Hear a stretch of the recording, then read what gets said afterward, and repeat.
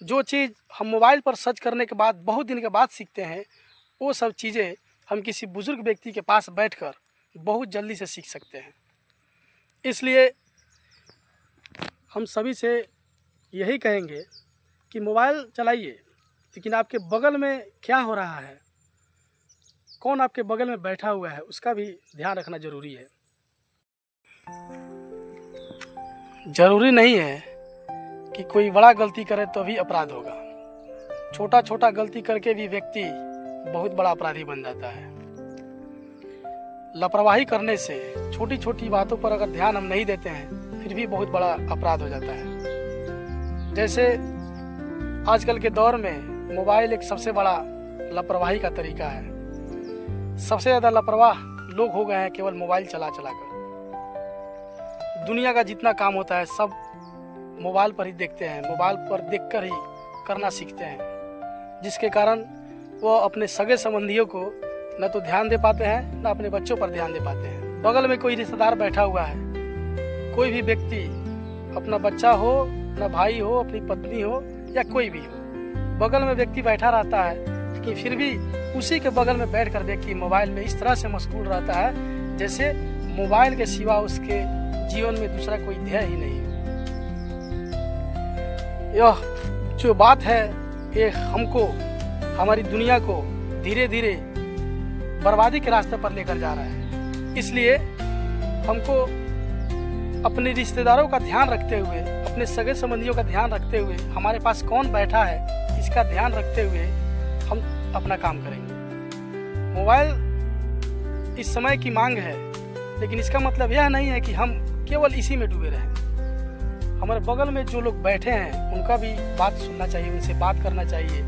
इससे हमारे अंदर की जो बेमनस्यता की भावना है वह दूर होती है और हमें जीवन को सुचारू रूप से चलाने का एक अंदाज मिल जाता है। हमारे पास में बड़ा व्यक्ति भी बैठता है, छोटा व्यक्ति भी बैठता है और सबसे कुछ ना कुछ हमको सीखने की ज़रूरत है। कुछ ना कुछ उनसे हम सीखते हैं। जो चीज़ हम मोबाइल पर सर्च करने के बाद बहुत दिन के बाद सीखते हैं, वो सब चीज़ें हम किसी बुजुर्ग व्यक्ति के पास बैठकर बहुत जल्दी से सीख सकते हैं। इसलिए हम सभी से यही कहेंगे कि मोबाइल चलाइए, लेकिन आपके बगल में क्या हो रहा है, कौन आपके बगल में बैठा हुआ है, उसका भी ध्यान रखना ज़रूरी है। बहुत से ऐसे माता पिता हैं जो अपने बच्चों को समय नहीं दे पा रहे हैं, केवल मोबाइल देखते हैं, और जिस समय बच्चों को अपने माता पिता से जो संस्कार मिलना चाहिए वह संस्कार नहीं मिल पाता है। लोग केवल मोबाइल में ही चिक चिक सुनते रहते हैं, जिसके कारण बच्चा पर इसका बहुत ज़्यादा साइड इफ़ेक्ट पड़ता है, जो कि बहुत गलत है।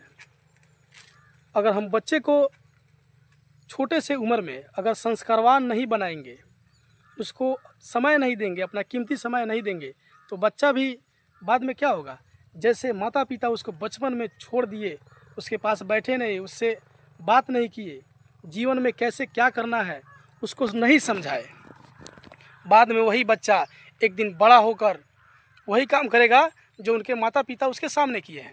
जैसे माता पिता अपने बच्चों पर ध्यान नहीं दे पा रहे हैं, उसी तरह से बच्चा भी जब बड़ा होगा तो वो भी अपना माता पिता पर ध्यान नहीं देगा। कहने का मतलब है कि ये सब चीज़ बर्बादी की ओर लेकर जा रहा है। बच्चे समाज के दर्पण होते हैं, बच्चे समाज के आईना हैं। इसलिए आप सभी गार्जियन से यह रिक्वेस्ट है, सभी बुजुर्ग व्यक्ति से यह रिक्वेस्ट है कि आप अपने बच्चों को ज़्यादा से ज़्यादा समय दीजिए। बहुत कम समय मोबाइल पर दीजिए, सबसे ज़्यादा समय अपने बच्चों को दीजिए। बच्चों के साथ बैठकर बात कीजिए, उनके अंदर क्या चल रहा है, उनके अंतःकरण में क्या कौतूहल उत्पन्न हो रहा है, उसको जानने का प्रयास कीजिए। उसके बारे में हम जानेंगे, बच्चे अपने अंदर के कौतूहल को, अपने अंतःकरण के बातों को आपसे शेयर करेंगे, तो क्या होगा, आप उनको कुछ मोटिवेशन बताइएगा। सफल कैसे होना है, उसके अंदर में जो कौतूहल उत्पन्न हो रहा है उसको कैसे दूर करेंगे। बच्चा को जब ये सब चीज़ बताइएगा तो बच्चा क्या होगा, आपसे सीखेगा और वह संस्कारवान बनेगा। जीवन को कैसे आगे बढ़ाएंगे इसके बारे में सीखेगा। इसलिए मोबाइल चलाना बुरी बात नहीं है, लेकिन बच्चों इसके साथ साथ बच्चों को भी संस्कारवान बनाइए। बच्चों के साथ बैठकर बातचीत कीजिए। अपना कीमती समय मोबाइल को नहीं बल्कि अपने बच्चों के साथ कीजिए, बच्चों को दीजिए। बच्चों को कीमती समय दीजिएगा तो बच्चे भी आपके साथ वही रिटर्न करेंगे, आपको वापस करेंगे जब आप बुजुर्ग हो जाइएगा। अगर आप लोग मेरी बातों से सहमत हैं तो आप मेरे चैनल को सब्सक्राइब कीजिए, लाइक कीजिए और कमेंट कीजिए।